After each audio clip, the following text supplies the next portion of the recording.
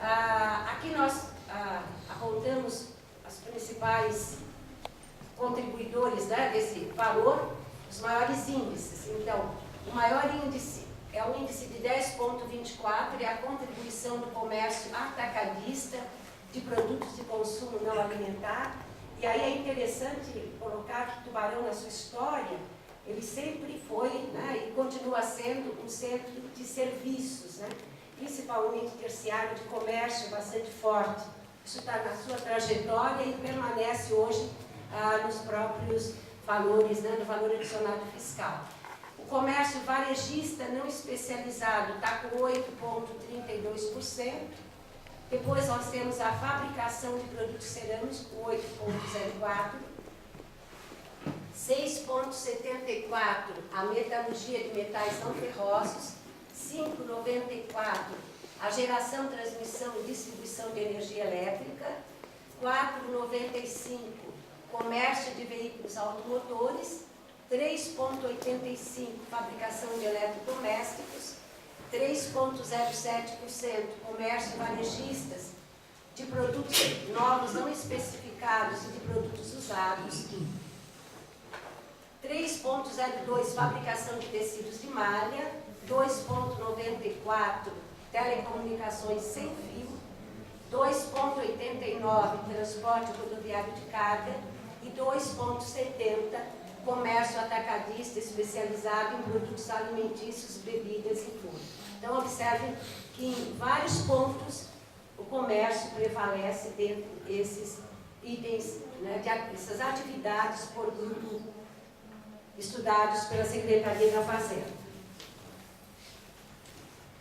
Em 2010, quando foi lançado os indicadores de desenvolvimento humano dos municípios, o Programa das Nações Unidas para o Desenvolvimento, PNUD, apontava dentro do perfil de cada município, no perfil de Tubarão, que em 2010, das pessoas ocupadas que estavam na faixa etária acima de 18 anos, 3,30% trabalhavam no setor agropecuário, 0,13% na indústria extrativa, 19,12% na indústria de transformação, 7,53% no setor de construção, 1,71% nos setores de utilidade pública. Utilidade pública aqui são todos os serviços que suprem as necessidades básicas da população em energia, água, esgoto e gás.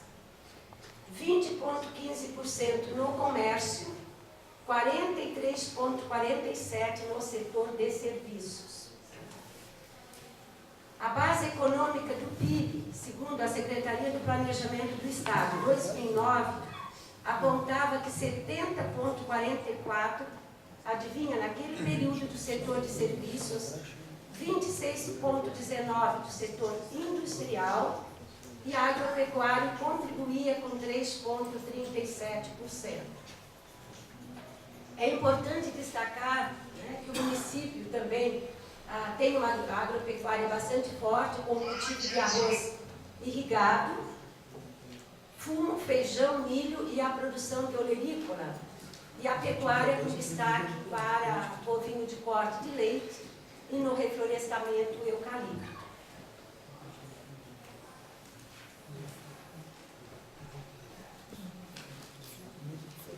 Alguns dados da Secretaria Municipal de Educação foram nos passados, né, pelo Comitê Diretor Local. Também alguns dados estavam inseridos no Plano Municipal de Saúde 2014-2017. A Secretaria Municipal de Educação administra 46 unidades escolares, sendo 28 unidades de educação infantil e 20 unidades de ensino fundamental. Além dos 28 centros de educação infantil, né, que pertencem à rede municipal, o município também conta com 13 centros pertencentes à rede privada. A rede privada e a rede estadual contavam com 6 escolas da rede privada e 20 de ensino fundamental, respectivamente, em 2012. O ensino médio contava com 4 escolas privadas, 10 escolas estaduais no mesmo período.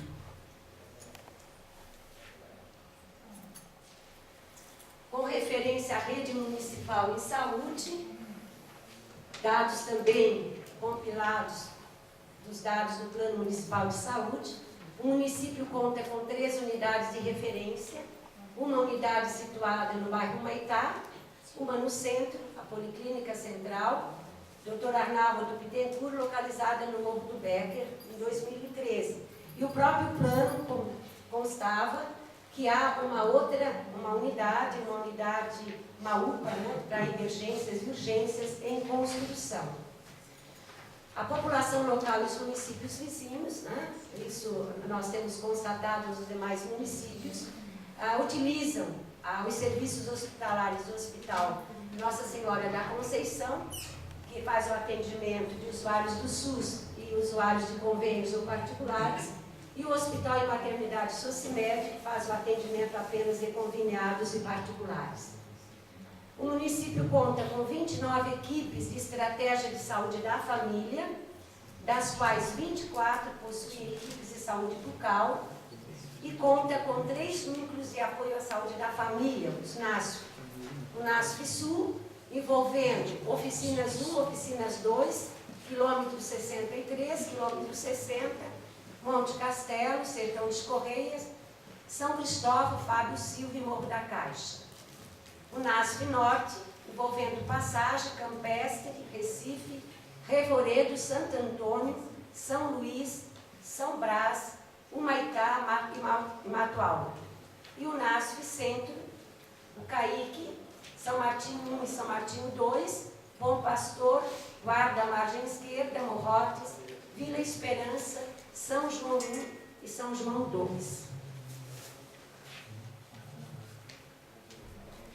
As unidades referências em saúde no município são o Núcleo de Vigilância e Saúde, que envolve o Sistema de Informação de Atenção Básica à Saúde, o SIAB, o Controle de Avaliação e Auditoria, Combate a Endemias, Vigilância Epidemiológica e Vigilância Sanitária. Conta com o Centro de Atendimento Psicossocial, CAPS, o Ambulatório de Saúde Mental, a Farmácia Básica do SUS e também tem o Serviço de Atendimento Móvel, o SAMU. Através dos dados do CIAP, foi constatado, no final de 2012, que as principais doenças atendidas estavam ligadas ao alcoolismo, 0,62%, deficiência física, 1,74%, diabetes, 6,1%, epilepsia, 0,51%, hipertensão arterial, 23,35%, tuberculose 0,03% e ranceníase 0,03%. Eles atenderam, de toda a população atendida naquele período, 2,64% eram gestantes. São atendimentos feitos pelas equipes da Estratégia de Saúde da Família. A mortalidade, também no período final de 2012, no município, decorreram principalmente de doenças infecciosas e parasitárias, 4,68%, as neoplasias, 55,20%, as doenças endócrinas, 4,80%, doenças do sistema nervoso, 4,50%, doenças do sistema circulatório, 29,50%, doenças do sistema respiratório, 14,37%, doenças do sistema nervoso, 4,68%, doenças geniturinárias, 2,26% e causas externas, 10,13%. Então, de todas elas, né, que prevaleceram foram as neoplasias, seguidas por doenças do sistema circulatório e respiratório.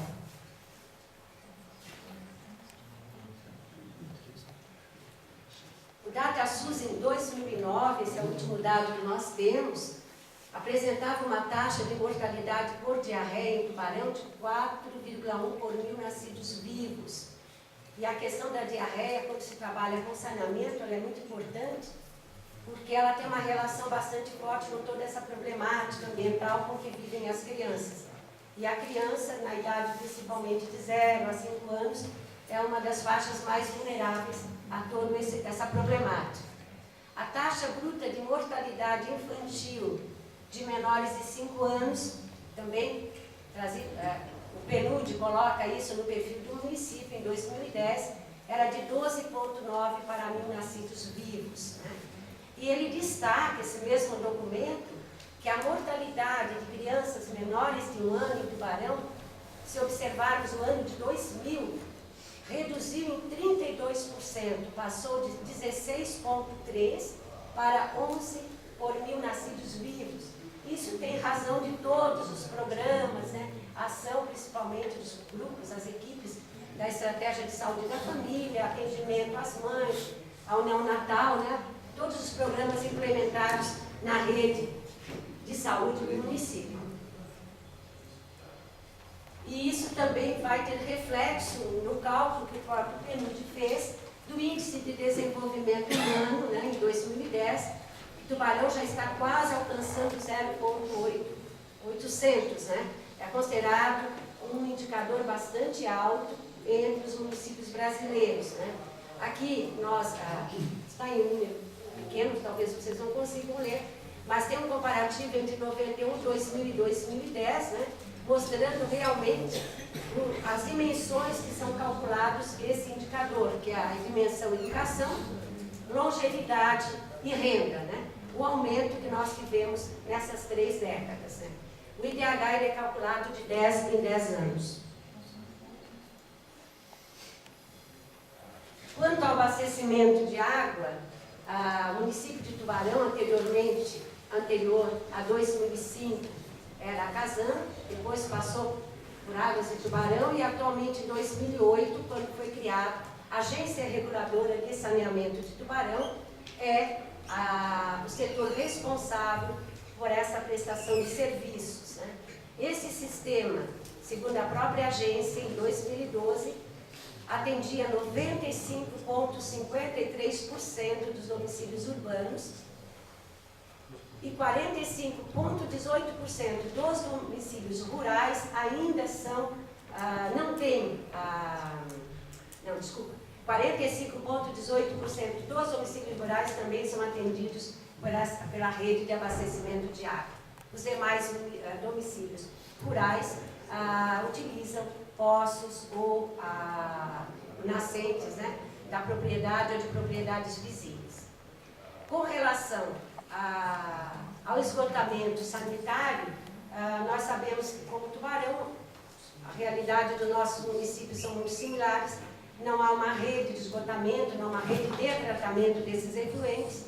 Então, nós temos, segundo dados do IBGE 2010, 42 dos 32.466 domicílios, 42,85% estavam ligados à rede de esgoto ou pluvial. O IBGE sempre coloca a rede de esgoto ou pluvial. Na realidade, a gente tem que ler sempre a rede de drenagem pluvial, porque nós não temos rede de esgoto. 48,7% utilizavam fossas sépticas com filtro, anaeróbicos, né? Não a fossa rudimentar, a fossa preta, que aí é aquela que hoje somente 6,9%, segundo o IBGE, utiliza esse sistema.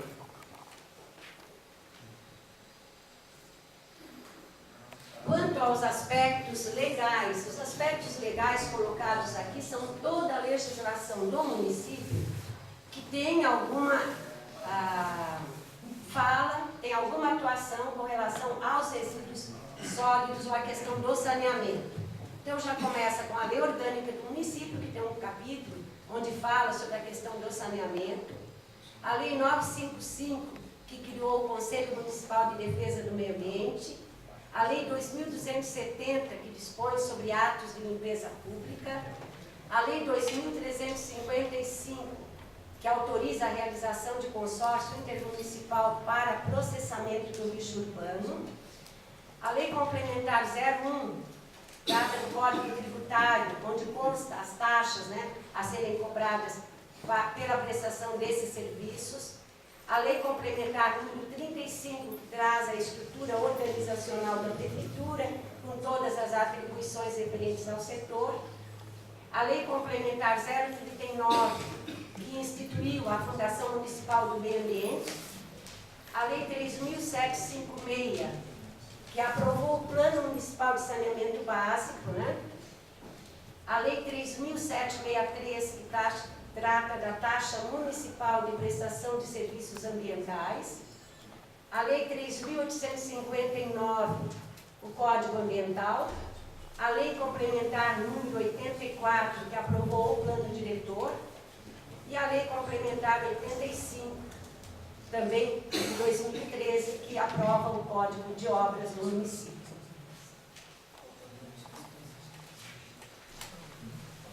Então, eu vou passar a palavra agora ao Diogo, que vai dar sequência, então, ao diagnóstico dos resíduos sólidos.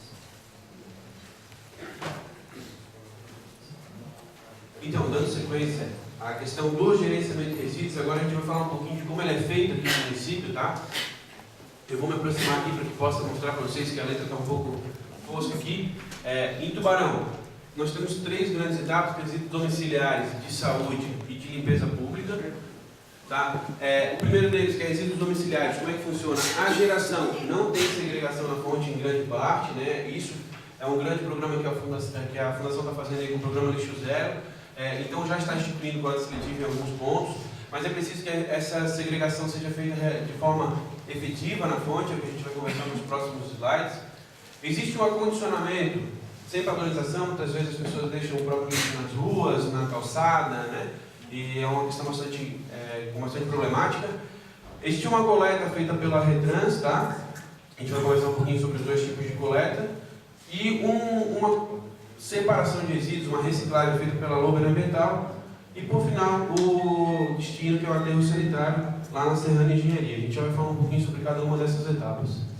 Quanto aos resíduos do serviço de saúde, já é um pouquinho diferente. Existe segregação na fonte, então já o pessoal da saúde já trabalha com segregação, descartando os perfurocortantes, que é seringa, etc., nos locais exatos.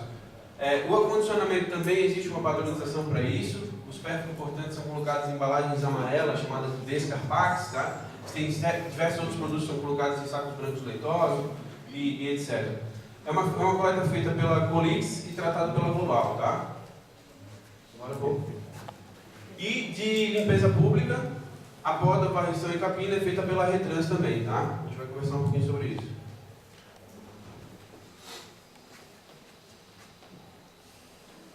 Bom, só para vocês terem ideia, hoje a taxa de coleta de lixo ela é realizada no IPTU, tá? No Imposto Predial e Territorial Urbano. O que acontece com esse tipo de cobrança é que ele nunca consegue cobrir os custos relativos ao tratamento dos resíduos, a toda a gestão dos resíduos sólidos, né? Então é importante que na próxima conversa que a gente tiver, esse dado a gente está trazendo só para mostrar, a gente vai conversar com vocês na próxima etapa. Na próxima conversa que a gente tiver, a gente vai falar um pouco sobre o reajuste das tarifas, tá? E toda a sistematização para que essa balança se equilibre entre cobrança e os custos que o município tem. Aqui, só para vocês terem ideia do quanto de resíduos que é coletado aí no município, aqui só para título de informação, eu não vou ler esses números todos para vocês. Em 2013, o total de resíduos coletados foi de 24.787 toneladas, tá? Que dá uma média de 2.000 toneladas por mês, 2.065 toneladas por mês. Agora, já em 2014, até o mês de junho passado, a gente teve um total de 13.000 toneladas, que dá uma média um pouquinho maior, tá? 2.214 toneladas mês. Isso dá um total geral de 38.000 toneladas, aproximadamente, uma média de 215 toneladas mês. Isso que a população de Tubarão gera, tá? Existe um fator bastante importante que a gente tem, que a gente trabalha aí com os municípios, que é o fator de geração per capita, ou seja, quanto cada habitante gera de resíduos sólidos dentro do município. Tá? Com essa quantidade média de 2.115 toneladas por mês, a gente tem uma geração per capita aproximada de 700 gramas por habitante dia. Isso é uma geração bastante alta, tá? Realmente, então, classifica o município entre uma classificação de cidade média, entre 0,5 e 0,8 quilos habitante dia, ou 500 e 800 gramas habitante dia, tá? Isso classifica o município também um pouco abaixo da média do estado de Santa Catarina, que é 0,809, da região sul, que é 0,838, e do Brasil, que é 1,97 kg por dia. Se a gente for pensar no Brasil, toda a sua extensão territorial, ele gera mais de 1 kg por habitante dia, tá? Isso é uma problemática de megalópolis, tá? Ou seja, como se fosse o Brasil todo densamente habitado, tá? E só para a gente ter ideia de tudo isso que a gente recolhe, e essa é uma grande problemática, 10%, entre 10% a gente consegue aproveitar de resíduos recicláveis, tá? Os outros 90% vão ser encaminhados para o aterro. Essa é uma conversa bastante grande que a gente tem que ter aí. Para vocês terem ideia, existem 2 coletas no município, tá? A primeira coleta é realizada pela empresa Retrans, tá?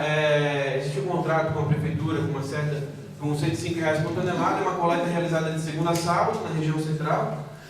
Aí varia, tá? Existem diversos itinerários de coleta, varia entre 1, 2, 3 vezes por semana nas demais regiões, aí, dependendo da demanda.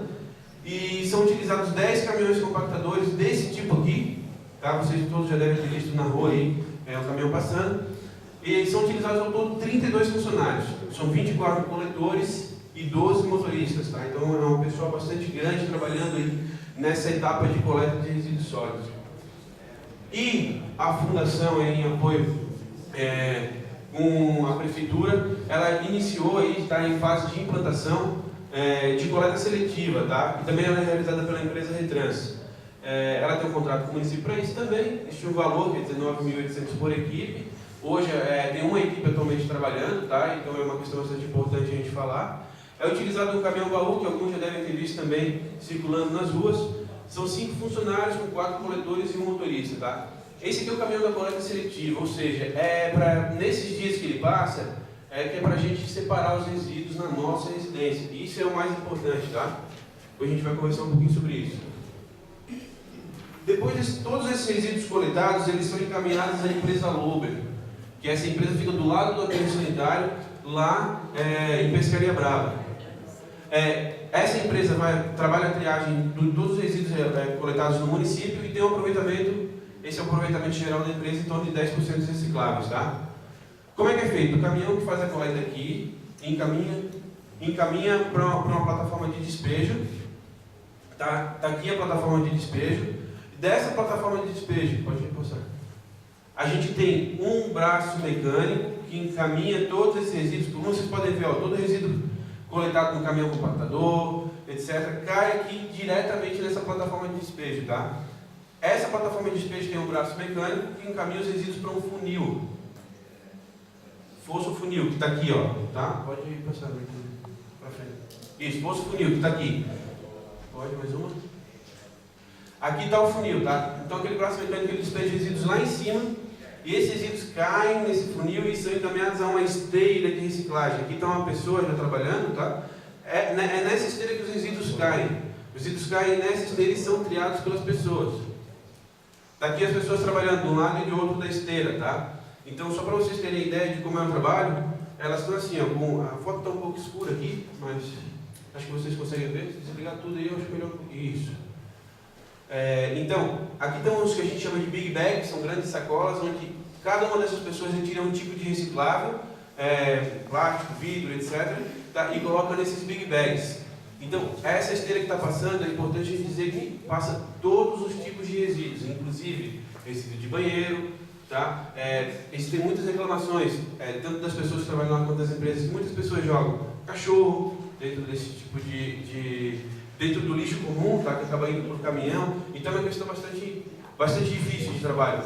Depois, esses resíduos que saem do Big Bag são encaminhados à prensagem. Nessas prensas eles são enfardados em diversos tipos de resíduo, tá? Aqui está a prensa, existe uma outra prensa também que trabalha com isso.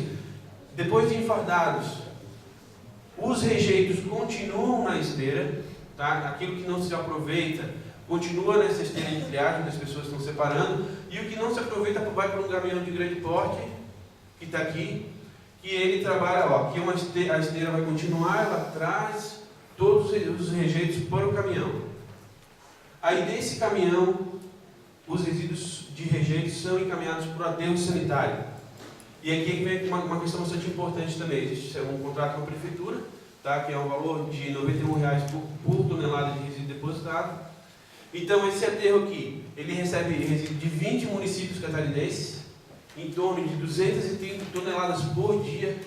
Tá? Aqui o município ele gera em torno de 2.000 toneladas por mês, tá? Só para a gente ter ideia da dimensão desse aterro sanitário. Ele tem essa área que é do aterro sanitário, que eu vou mostrar para vocês, tem em torno de 14 hectares, é uma área bastante grande, ó. Ele tem 14 hectares, tá? Tudo que está aqui é resíduo classe 2A, são resíduos domiciliares, tá? Ele não recebe outro tipo de resíduo. Toda essa mancha aqui, ó, para vocês terem ideia, toda essa mancha é resíduo já disposto, que vai esperar a célula terminar para cobrir com argila, areia, né? Com saiba. Essa mancha pequena preta aqui é um caminhão trator, é um trator de esteira, tá? Essa outra mancha pequena aqui é um caminhão já subindo a rampa para depositar os resíduos. Então, só para vocês terem ideia da dimensão desse aterro sanitário, é bastante grande, tá? Aquele que estava circulado lá à esquerda, circulado lá, é o local onde é o local onde há a balança, tá? A balança onde o caminhão passa, faz a pesagem e encaminha os resíduos lá para a loba para ser triado, para depois passar para cá. Aqui é a área onde é disposto os resíduos, então aqui é onde já está sendo feita a disposição final.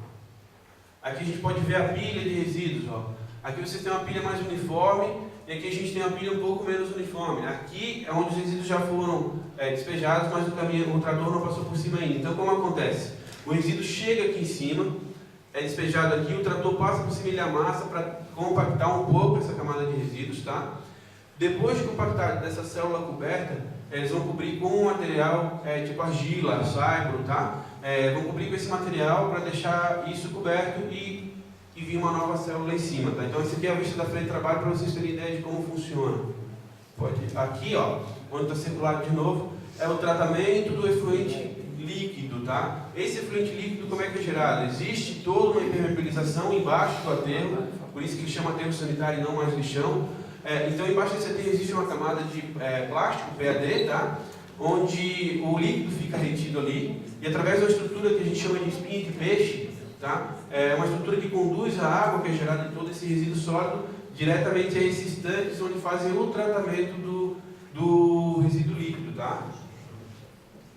Bom, aqui estão os tanques, é tratado através de físico-químico biológico, tá? Então, só para vocês terem ideia, esses tanques têm grandes dimensões, onde é feito todo o tratamento do chorume. A parte sólida, que depois que passa pela secagem, vai para um aterro industrial, e a parte líquida é recirculada dentro do aterro sanitário.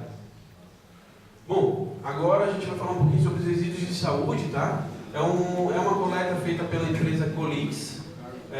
Existe um contrato emergencial hoje, em torno de R$5.000 mensais, tá? R$5.400 mensais, coleta em 28 UBSs, 3 policlínicas na farmácia central, tá? Essa coleta é realizada pela prefeitura, tá? Utiliza um veículo licenciado com um motorista e um ajudante, tá? Existe uma outra conversa também grande que a gente tem que ter sobre o antigo lixão, tá? O município de Tubarão se utilizava antes do antigo lixão lá na localidade de Taquaruçu, que é em Pescaria Brava, tá? Também. Esse antigo lixão recebeu resíduos desde 1980 até 2002 e não passou por remediação e não há edificações do local. Houve um processo de início de remediação nessa área, porém ainda não foi concluído, tá? É bem importante dizer que isso fica ao lado do atual aterro sanitário que eu mostrei para vocês antes. E essa área, ela é uma questão bastante importante, que todos os municípios se utilizavam dessa área. Vários municípios aqui da região se utilizavam dessa área e agora tem uma responsabilidade de realizar o tratamento dela. Existem também alguns terrenos, esse aqui é o mais expressivo, em que recebem resíduos da construção civil diretamente, tá? Sem licenciamento, e aí são terrenos baldios aí que acaba algumas empresas despejando resíduos lá, tá? Os resíduos especiais, não existe uma ação de recuperação desse tipo de resíduo como global, tá? Existem algumas ações pontuais em que as empresas se encarregam desses resíduos. A empresa Lober aqui faz o armazenamento temporário aí das embalagens de óleo lubrificante que depois são enviados para tratamento, tá? E aqui a gente trabalha com problemáticas e não como problemas. É muito importante a gente trazer que essas problemáticas são as que a gente vai trabalhar na próxima etapa, que é de prognóstico, onde a gente vai trabalhar cada uma delas. A primeira delas, e aí é uma questão mais importante, a instituição da coleta seletiva, ampliar a coleta seletiva o máximo possível, tá? Para quê? Para que os trabalhadores que trabalhem com a triagem dos resíduos não tenham contato direto com todo tipo de resíduo, tá? Isso é muito importante. E além disso, para fazer valer a Política Nacional de Resíduos Sólidos e atender ao que a política diz, tá? Contar com um gerenciamento mais integrado dos resíduos de saúde e ter um melhor gerenciamento desse tipo de resíduo. O depósito regular em terrenos baldios, que é o que a gente acabou de conversar, existem problemáticas relacionadas a isso. Existem também algumas soluções que já estão sendo buscadas aí pelo setor empresarial, que existe uma iniciativa aí de tentar construir uma usina de tratamento aqui no município, tá? São tratativas que ainda não estão bem definidas, tá? Trabalhar o maior controle e fiscalização das empresas terceirizadas, e aí, nesse sentido, a gente quer trabalhar o maior controle e especificar a estrutura do município, a estrutura da prefeitura, para que possa abraçar as ações relacionadas ao plano, tá? E, por último, a ausência de informações sobre sustentação econômica, trabalhar melhor a sustentação econômica dos contratos aqui no município. Pode deixar. Bom, para isso, a gente tem algumas iniciativas relevantes que a gente quer trazer para vocês e pedir para vocês acompanharem ao longo de implantação. Existe uma coleta seletiva que é realizada em 19 bairros, com possibilidade de incremento para mais 18 bairros, tá? Hoje ela já é realizada em 19, existe aí uma possibilidade de incrementar para mais 18. O programa Lixo Zero, que o Guilherme falou também, que é pela FUNAT, tá? O que ele significa? Ampliar a rota de coleta seletiva, ou seja, utilizar mais um caminhão nesse auxílio, tá? E trabalhar a instalação de ecoponto e contentores de resíduo orgânico e reciclável, ou seja, trabalhar os PEVs, que a gente chama de postos de entrega voluntária, tá? Então essa é a ideia do programa Lixo Zero, além de tudo, esse é o início da ideia do programa Lixo Zero, né, para ser aumentado e ser transformado em características melhores. Também existe o NUMEA, que é o Núcleo Municipal de Meio Ambiente, que trabalha muito com a educação ambiental junto com o FUNAT, tá? Aqui tem algumas ações que convido todos a conhecerem, que é eventos e projetos previstos, tá? Projeto Nosso Rio, que tem exposição fotográfica, palestras, tudo que é relacionado à conscientização ambiental nesse sentido, tá? Com relação ao Rio Tubarão. Projeto Flor da Sustentabilidade, que é trabalhar a sensibilização ambiental dentro da sustentabilidade, tá? Projeto de agentes ambientais, isso aqui é muito importante, formar agentes ambientais para que possam disseminar a informação para outras pessoas dentro do município, tá? E também alguns eventos ambientais que existe um calendário ambiental junto ao núcleo, tá? E é importante que todos possam acompanhar isso, tá? E se tivesse também parcerias com a NUMEA, nesse sentido, o Projeto Verde é Vida, que é o plantio de mudas, tá? Que já trabalha um pouquinho diferente. Educação comunitária e ambiental, programa Adolescente Responsável, que é trazer o adolescente para dentro desse sistema, tá? Então, existem várias iniciativas relevantes que já estão acontecendo aqui em Tubarão, mas é preciso que a gente tenha ideia de que tudo que a gente vai fazer agora, tudo que a gente vai trabalhar agora, tem que ser sempre permeado pela educação ambiental, tá? Que é explicar à população como deve separar, de que forma deve separar, e o plano de gerenciamento de resíduos sólidos traz essa problemática nesse sentido, tá? Aqui, a gente conclui a explanação que a gente tem do plano de resíduos sólidos. A gente vai abrir espaço para perguntas agora, tá? Perguntas, dúvidas, contribuições que vocês tiverem. A gente só pede que seja de forma organizada. Existe uma pessoa que vai estar anotando e fazendo a ata, tá? Então peço que a pessoa que quiser fazer a pergunta levante a mão e diga seu nome primeiro, tá? E depois faça a pergunta para que a gente possa responder. Alguém fez alguma pergunta escrita?